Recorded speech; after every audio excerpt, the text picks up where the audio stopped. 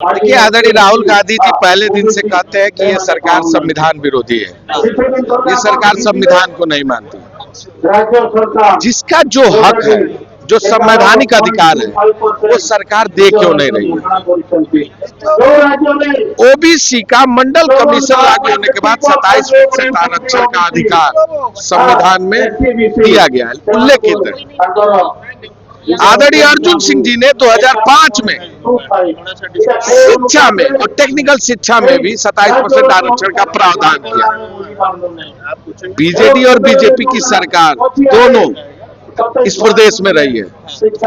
दोनों ने पिछड़े वर्ग के लोगों के अधिकारों पर डाका डाला और एक सुनियोजित तरीके से उनके आरक्षण को चोरी करने का काम इस भारतीय जनता पार्टी की सरकार और बीजेडी की सरकारों ने मिलजुल कर किया।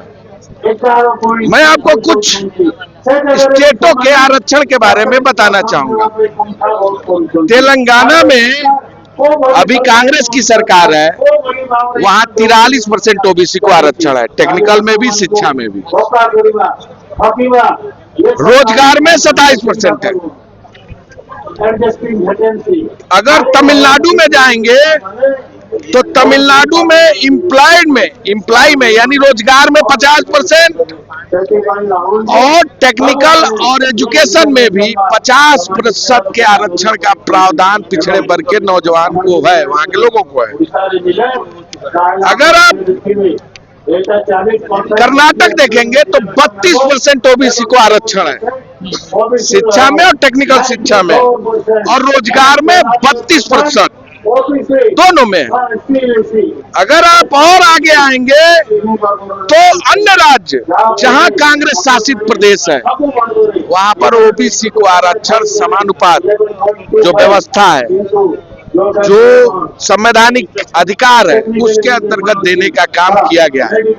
लेकिन जहां बीजेपी शासित प्रदेश है, अगर उड़ीसा में देखेंगे तो 0% शिक्षा में था, टेक्निकल शिक्षा में था। जब कांग्रेस पार्टी ने दबाव बनाया, आंदोलन किया, गवर्नर किया गए तो 11.25% लाए। अभी भी रोजगार में 11.25% है, 27% नहीं पूरा किया, और शिक्षा में भी 11.25 लाए। कैबिनेट अभी लागू नहीं हुआ है, जबकि 27% का अधिकार है। यानी ये सरकार पिछड़ों के साथ हकमारी कर रही है, उनके अधिकार पर डाका डाल रही है। इस सरकार के खिलाफ हम मजबूती से आज यहाँ धरने पर बैठे हैं, और जब तक पिछड़ों के अधिकार को, आरक्षण को नहीं दिला देते, हमारी लड़ाई जारी रहेगी। तो क्या लड़ाई जारी रहेगी? अभी तो संघर्ष, अभी तो ये अंगड़ाई है, आगे बहुत लड़ाई है। सर, और एक बात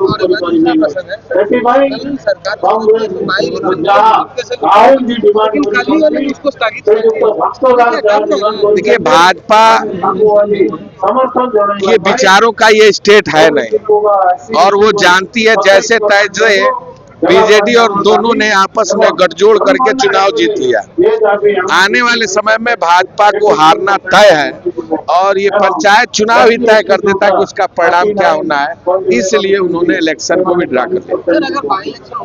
बिल्कुल कांग्रेस लड़ेगी और मजबूती से लड़ेगी और जीतेगी भी।